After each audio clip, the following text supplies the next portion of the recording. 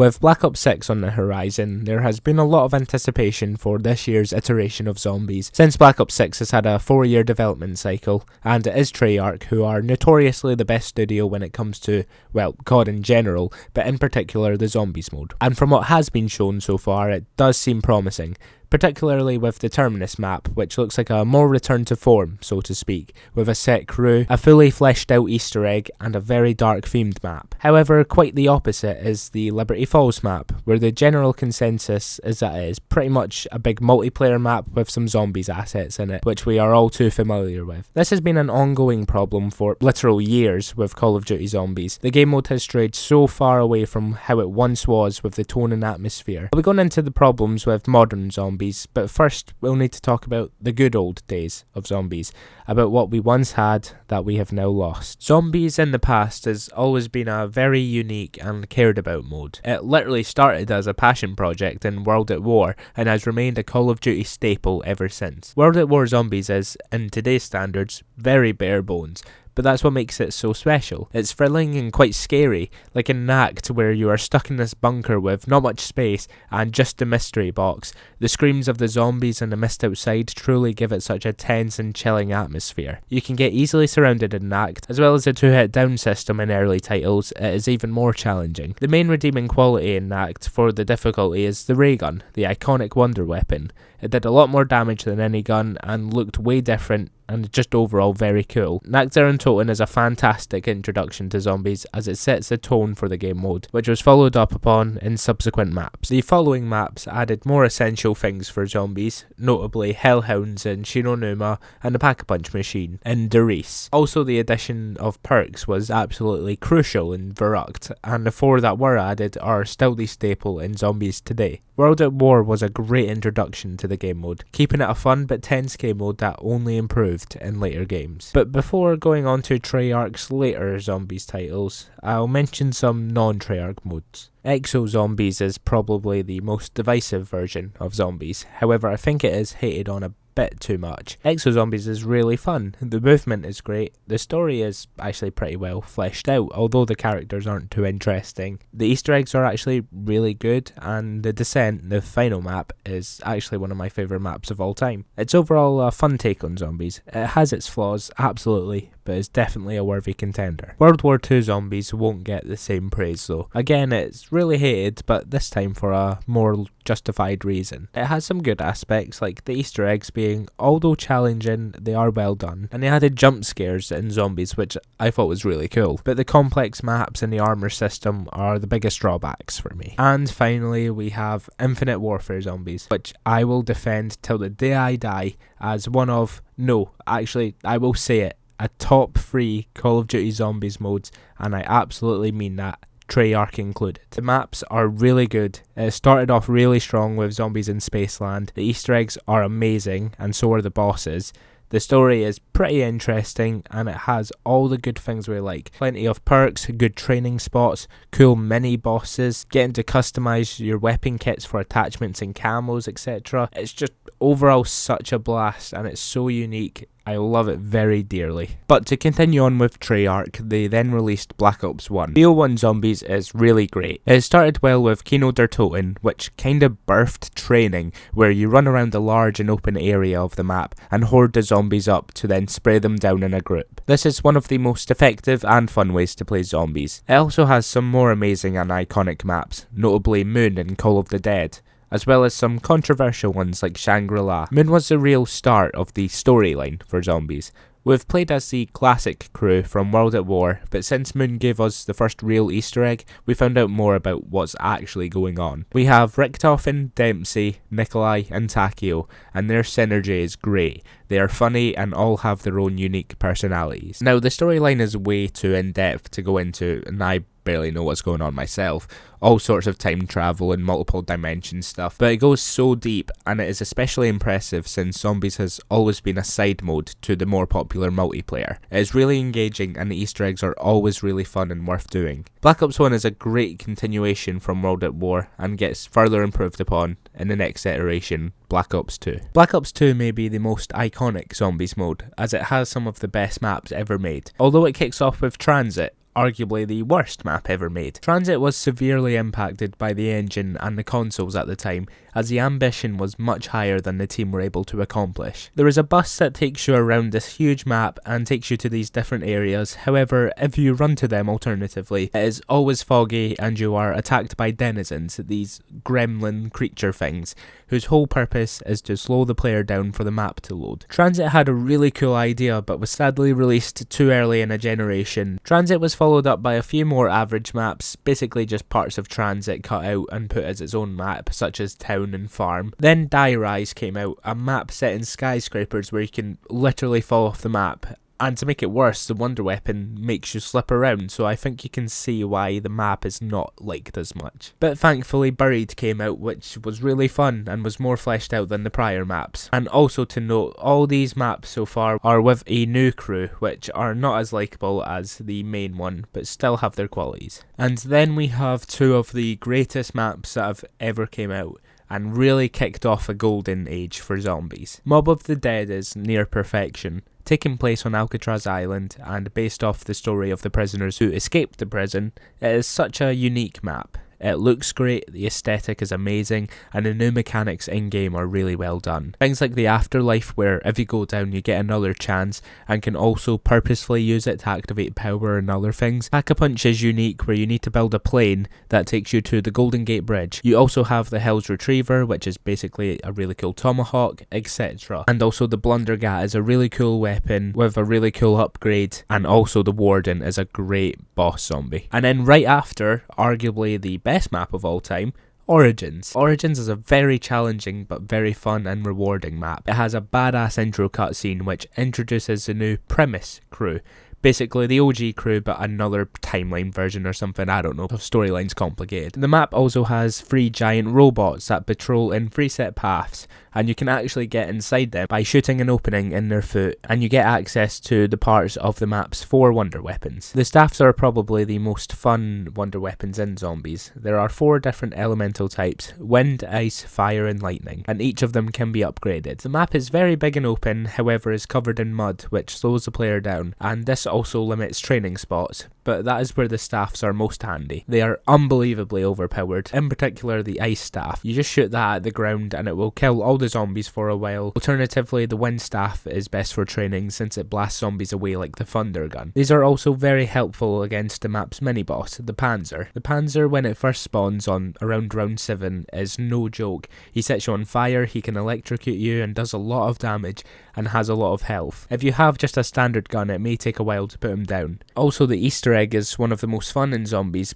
but is really challenging. It requires building and upgrading all 4 staffs and has many steps where it requires you to kill zombies in a small area. It is easily one of the hardest maps, however the staffs and the really great Easter egg help it out and make it one of the greats. And then we come to Black Ops 3, the, in my opinion, definitive and best zombies experience we have ever and most likely will ever see. Kicking off with 2 base maps, Shadows of Evil and The Giant. Shadows had a fairly negative reputation at release as it was deemed a bit too hard for the casual zombies players. Opening Pack-a-Punch was a lengthy process. The beast mode was very different from what we were used to. It was all a bit much for a lot of players.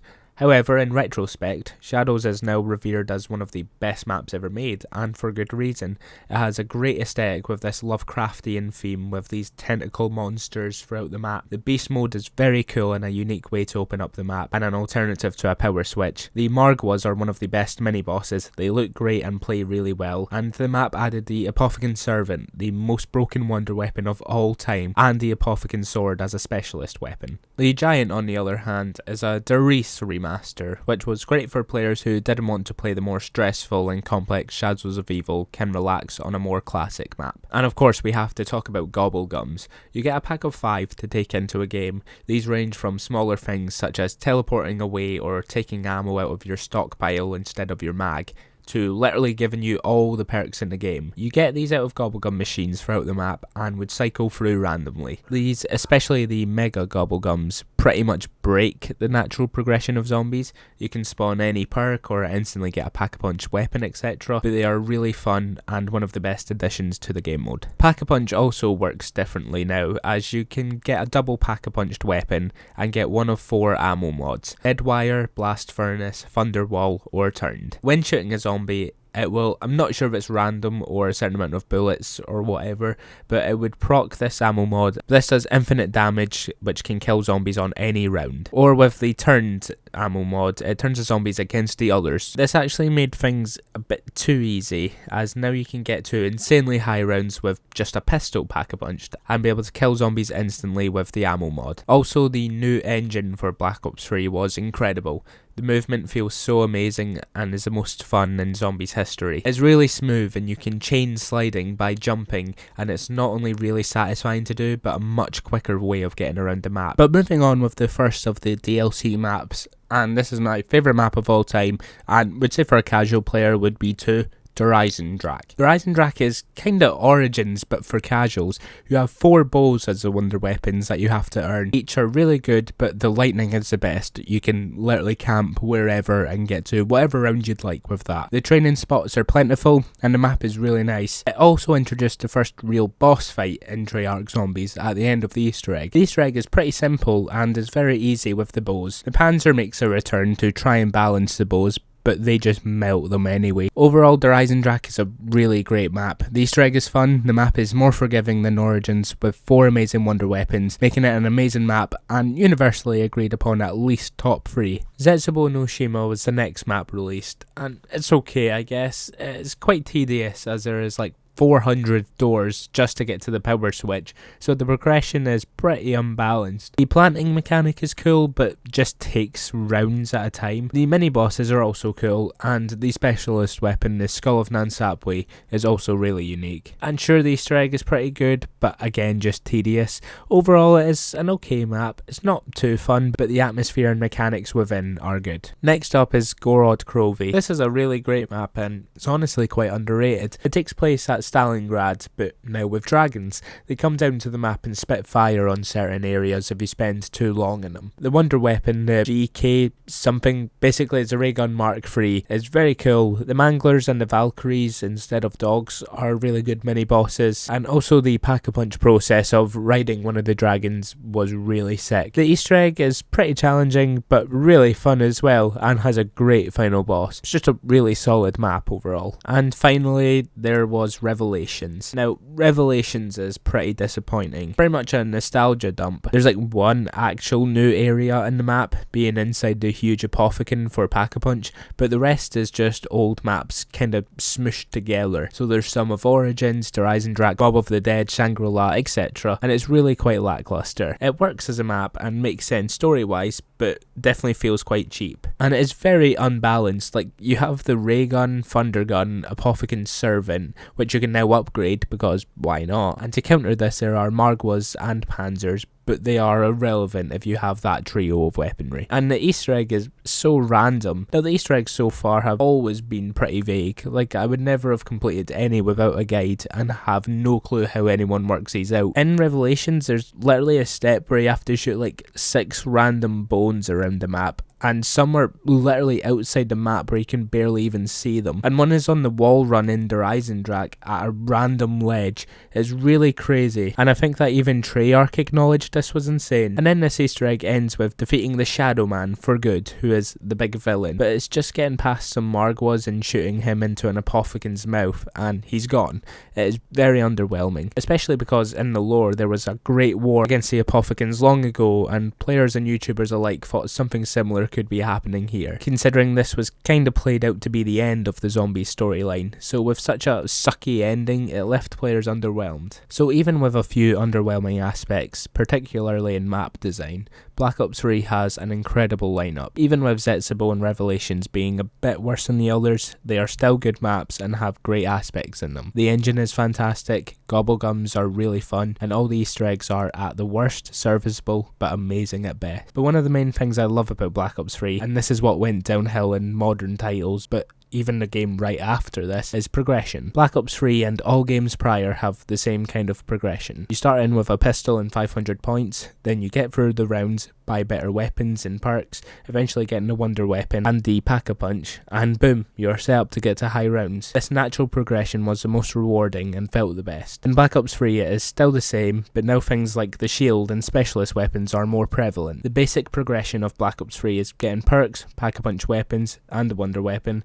but also the shield and specialist, so you can be even more overpowered, but it was earned. And doing all the steps were also needed for the Easter eggs, so you weren't going out your way. This is the best way to do zombies. Things you'll need for playing normally that are fun and almost essential like the shield, but are also needed in other aspects. It was really great, and things like the new engine and the gobblegums only enhanced the gameplay further. Black Ops 3 was truly the peak of zombies. It kept the aesthetic of old zombies while adding meaningful and better upgrades to things from the prior games. Map quality is great as a whole, it's really fun to play, it told a compelling story, although ended worse than we'd hoped for. All in all, it's an amazing experience that unfortunately only went downhill. So I wanted to go over all the older zombies games up until Black Ops 3, as those were the glory days, if you will. Black Ops 3 was the peak of it, and now I want to go on to the games since, and why they either had too ambitious goals that couldn't be reached for one reason or another, to games that are flat out against what zombies is and were the lowest points the community have ever had. So after Black Ops 3 we have Black Ops 4. Now straight up it has to be acknowledged that Black Ops 4 had a lot of issues behind the scenes. Things like scrapping the campaign to go all in on the new Blackout mode, the Battle Royale, to resources being removed from the zombies team. Now I want to say, and this is the most sad thing about Black Ops 4 zombies, if you put this game in Black Ops 3's engine, and even if they tweak a few things that are pretty big problems, but even if not, it would probably be the best zombies we have ever had, and I mean that because there is so much that is amazing in Black Ops 4 Zombies, but there is also so much holding it back. Black Ops 4 launched with 4 maps. Yes, 4. And had 2 different crews and storylines. There is a return of the Aether storyline, which is the main crew, Richtoff and Dempsey, Nikolai and Takio, in which the 2 maps for them are Blood of the Dead and Classified. And then also a brand new Chaos story, featuring Scarlet, Shaw, Diego and Bruno, and their maps are Voyage of Despair and 9. So starting with this new crew, it's a whole new storyline completely separate to the Aether, which already is a bad sign for the game, since they will not only have to do 2 different stories and style of maps, but players will always have the attraction towards the OG guys, so they already won't like this new crew as much. The new story could have been really good as well, so it wouldn't have mattered too much, however that got discontinued after the DLC cycle ended in BO4. The basic gist from what I know, and that is very little, is that Scarlet's father is involved with these cult guys and she is on a quest to find him since he was kidnapped. It kicks off with the map 9, which is actually really good. However, there are a lot of changes instantly that you notice before you even load into the game. The Gobblegum system is still here, just remolded into this alchemist lab thing for these elixirs you drink, and also you set your perks before the game instead of finding them throughout. You only have 4 perks on the map, and these are the ones you have picked. They are all new choices, and some are pretty good. Mainly Victorious Tortoise, which defends you from all sides when holding your shield, and Winter's Fury, which is kinda like Widow's Wine. Also there is Quick Revive and Stamina Up returning. Most of the others though are kinda pointless, or something so niche it would be pretty situational at best. I believe the whole thing with all these perks and choices is that the developers wanted players to switch up and mix and match instead of using the same 4 all the time. However, this was pretty stupid, as even with the new ones, literally no one is going to constantly switch their perks, especially if there are ones that are clearly better than the others. But you may notice that there is no Speed Cola or Juggernog, which seems concerning. But then when you go into the game, you notice one of the worst changes to zombies. You start the game with a highest of 250 health on easy difficulty, and then 50 on the realistic difficulty. But on a standard normal setting you have 200 health, and basic zombies do 50 damage. You spawn into the game with Juggernog, which absolutely breaks the natural progression of zombies. And once you get all 4 perks, that is when you get the Speed Cola effect. So they remove the perk and force you to get all your perks instead to get the bonuses of that. And to add on top of these already bizarre changes, you spawn into the game with a specialist weapon that you also choose before in the menu, and this is just on a cooldown so you can use it pretty constantly. And also if you level up you can change your starting weapon to a better pistol or a shotgun or something else, which also doesn't help the progression. So you are jumping into the game with 200 health, a shotgun potentially, and access to the specialist weapon. It is so unnecessary. There is no more frailty to the mode. Instead of building up to becoming overpowered, you're already on round 1. And also Pack-a-Punch is significantly worse than before. Now you have to Pack-a-Punch a total of 5 times, first costing 5,000 points, then 2,500 each time after, which makes it do more damage. This is another change that is for the worst, and that is the exact problem with Black Ops 4 Zombies. Changes that were never needed, but made everything either slightly worse or completely broken. And with the amount of points you need, they also made them worse. In prior games you would get 10 points per bullet hit on a zombie, or more for a melee kill. To get the most out of it, you can say use a pistol and shoot as many times before a zombie dies, then melee and you'll get more points. However, now it is damage based, so if you try to melee for the last hit, you would get less points, and in general you can't maximise your points how you used to. And they even broke how the actual zombies work. Now you can barely train because zombies just spawn and jump out of anywhere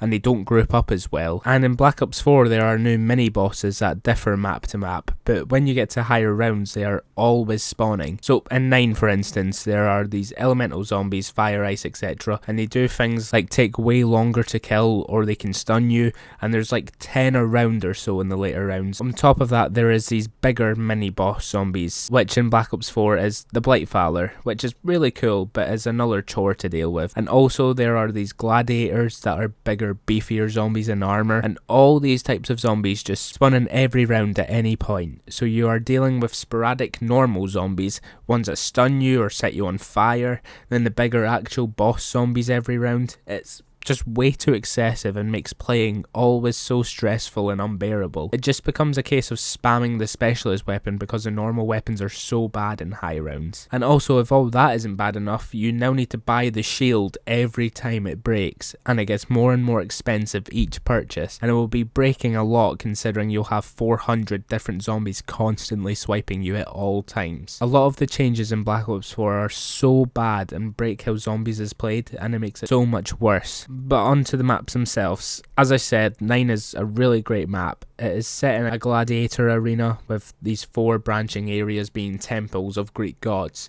The layout is really cool, there's a lot of space, and the Easter egg is actually pretty good. The Easter eggs as a whole are quite mixed for me. I love the emphasis on them in Black Ops 4. There is more dialogue exclusive to the steps, and the bosses are a big step up in spectacle, but the actual steps are really difficult, mainly due to the actual mechanics and the things I've already mentioned. But overall, 9 is a really solid map. Voyage of Despair is another quite cool map. It takes place on the Titanic, which is really cool in theory, but the map itself isn't great. The Easter egg is quite challenging and quite overwhelming. A lot of the steps are complicated, but I will say I quite enjoyed it. The Kraken Wonder Weapon is also really cool, but again in Black Ops 4 you can only have so much fun on a map. Then with the Aether storyline, classified as a 5 remake, although it does change quite a lot and is probably better than the original. It's pretty much the same with a few different areas, and thankfully they removed the Pentagon Thief. And then there is Blood of the Dead, a Mob of the Dead more reimagining than a remake. There is a lot of new areas which I thought were quite good.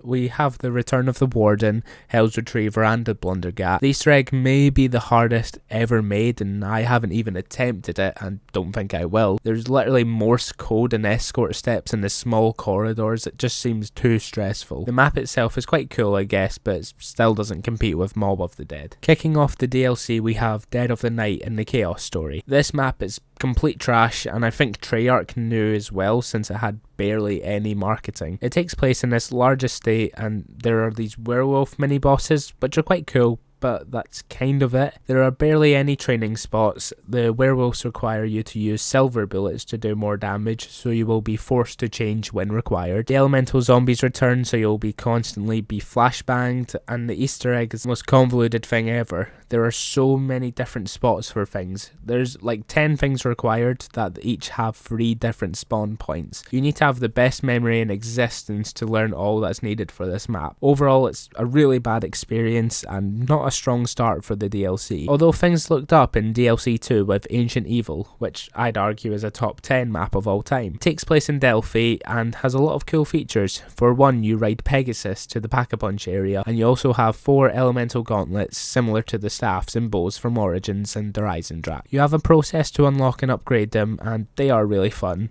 The map itself is good, the Easter egg is actually quite fun but has a few annoying steps, and the final boss is pretty cool. Overall, it's a really great map and is where the story kind of picked up for the Chaos crew as Scarlet is closing in to getting her dad back, but then it got discontinued since it wasn't as popular, which is unfortunate but not surprising since it is no secret players weren't too keen on this crew or these maps, or this Zombies as a whole, to be fair. Next DLC was Alpha Omega, Nuketown reimagined for the Aether crew. It is similar to Blood of the Dead, where there are a lot of new areas that are welcome, but again, another reimagine. The map has Nova Crawlers return, and the Raygun Mark II, but now different variants, and that's kinda it. It's another alright-ish map that has a cool Easter egg and boss, although it's very challenging due to BO4 being BO4, but to actually play is not so fun. And finally, concluding the Aether story, again, is Tag der Toten, Call of the Dead reimagined. This is awful. Not a single Aether map is new. It is so shameless it is crazy. It adds some areas, removed the Wonder Weapon from Call of the Dead, and added the Thunder Gun and Wonder Waff with worse changes. The Thunder Gun is some ice variant, and the Wonder Waff has a scope now and shoots faster. The Easter egg is really difficult, and the map itself is okay, but it's not fun.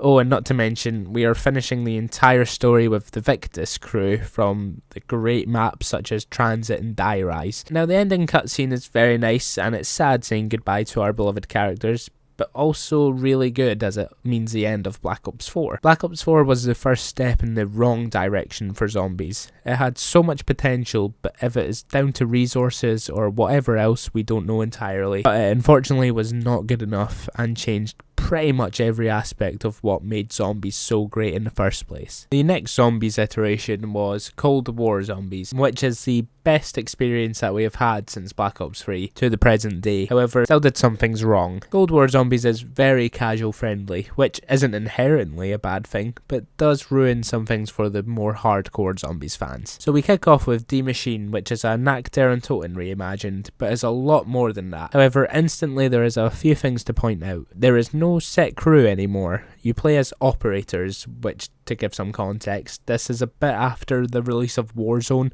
the very popular COD Battle Royale, and this definitely influenced some things for zombies, especially after Cold War. So the operators are any character you unlock in multiplayer or Warzone, so instantly we lose the connection of a set crew.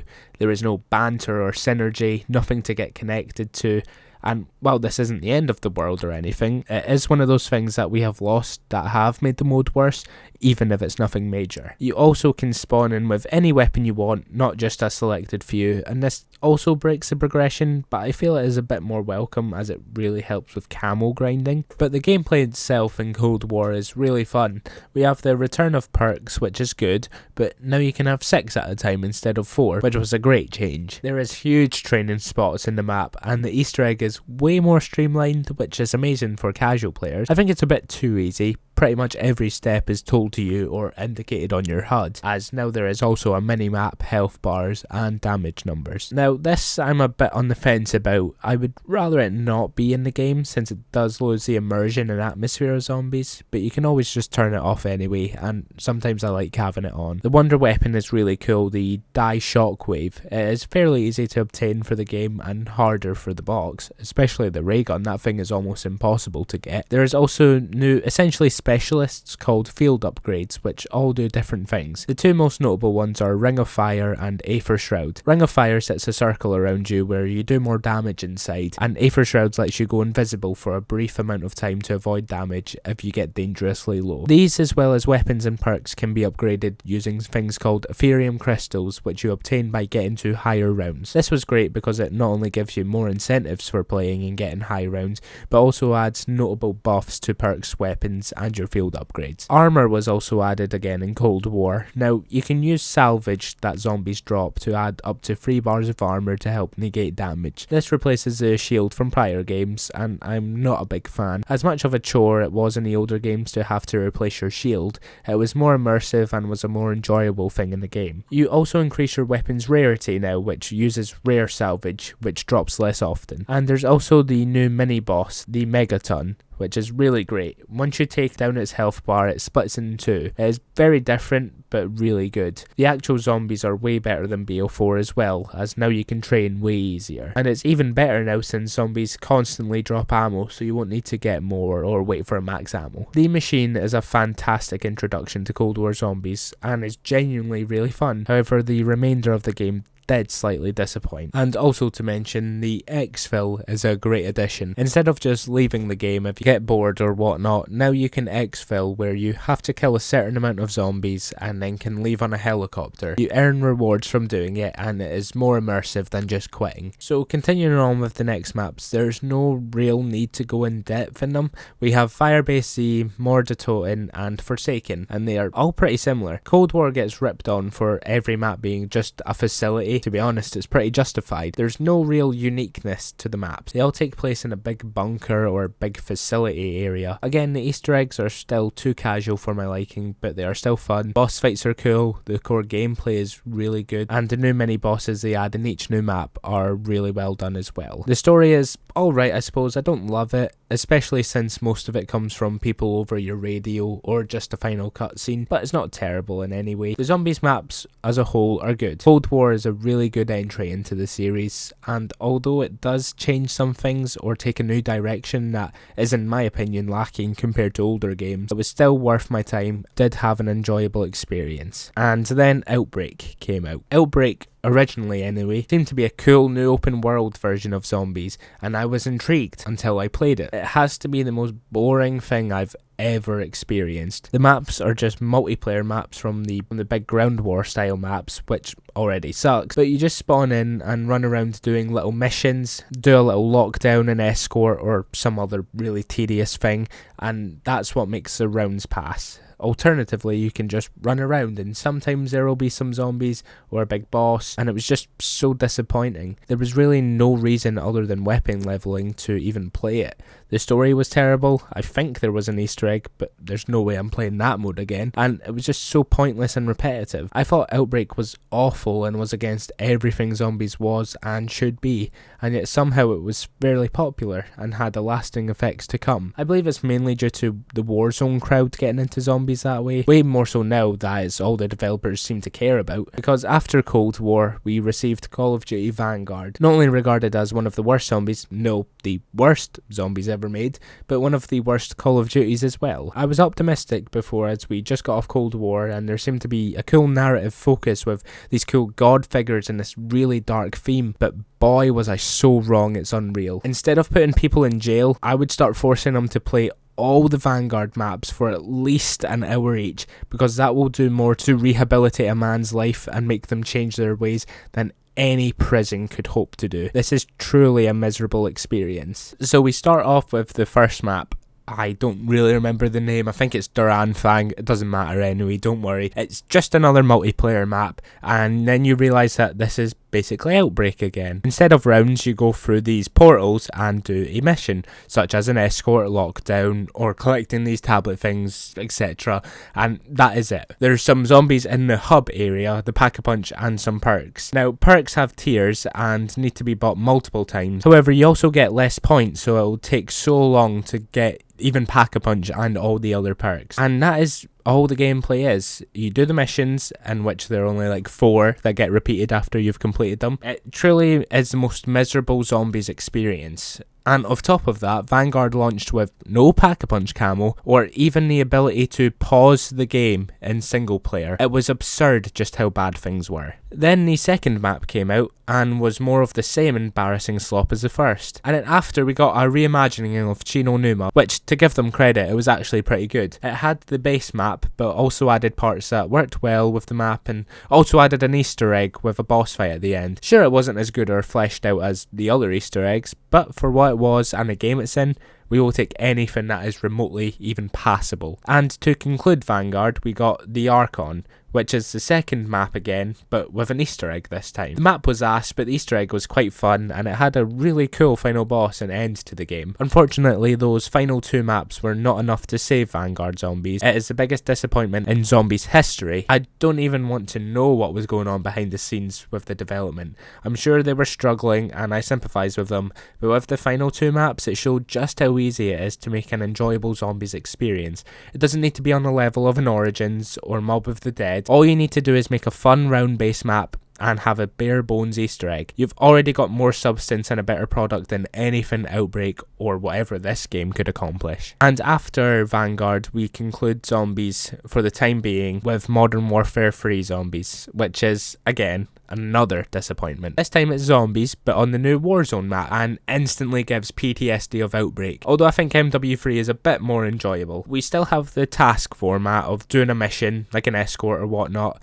but the progression is a bit more enjoyable. When you do more missions, you are able to get more perks, pack-a-punch, etc., and can also gain schematics to take into future games, which was a good addition. Camel grind was the most enjoyable part of this mode, and before a patch where when you exfil it spawns a ton of zombies, it was very easy for camos and XP. You could wait for the evac chopper, then wait until it leaves and call it again, and repeat this process, which was great for leveling up. You also have different tiered zones where the closer to the centre of the map you get, the harder the zombies become. There will be more boss zombies, and they all have higher health and deal more damage. The bad part though is there's never really any incentive to go into these zones. Not that there's much incentive to play MW3 zombies in the first place, as you can't get to any high round or play for anything else other than camos and levels, and to get them it's just more efficient just to do in the lesser zones, as it was easier anyway. MW3 did introduce a lot more of the Warzone players, as Outbreak's goal was ultimately that as well, but now it was much more integrated, so those players had their enjoyment. But again,